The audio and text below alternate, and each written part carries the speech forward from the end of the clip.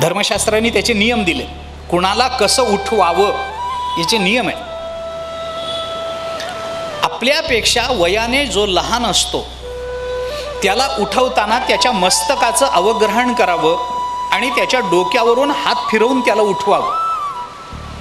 आणि आपल्यापेक्षा अधिकारानं वयानं मोठं असणाऱ्या व्यक्तींना उठवायचं असेल तर त्यांच्या पायाला स्पर्श करावा आणि त्यांचे तळवे दाबण्याचा प्रयत्न करून त्यांना उठवावं असे संकेत आहे.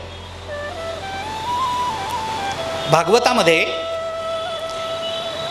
रुक्मिणी मातेचं पत्र घेऊन सुदैव ब्राह्मण जेव्हा भगवंताकडे गेले आणि सुदैवानं भगवंतांना रुक्मिणीचं पत्र दिलं, ते पत्र भगवंतांनी वाचलं, त्या पत्राचं उत्तर द्यायचं आहे.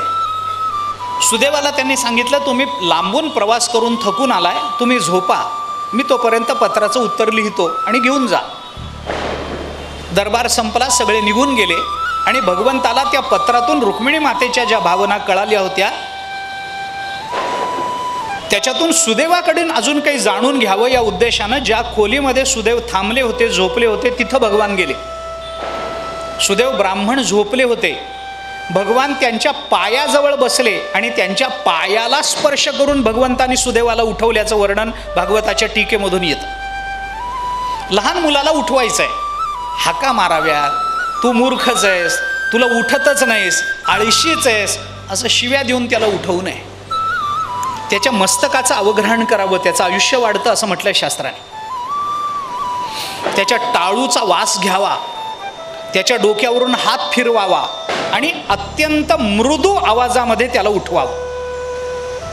आता आई स्वयंपाकघरातून त्याला उठवते, किती मृदू आवाज असेल, आवाज आधी म्हणजे किती मृदू असेल, आधीच तो उठत नाही याची चीड आहे, त्याच्यात अंतर जास्त आहे. असं नाही. काय करावं? अर्जुनाने भगवंताच्या पायाला हात लावला.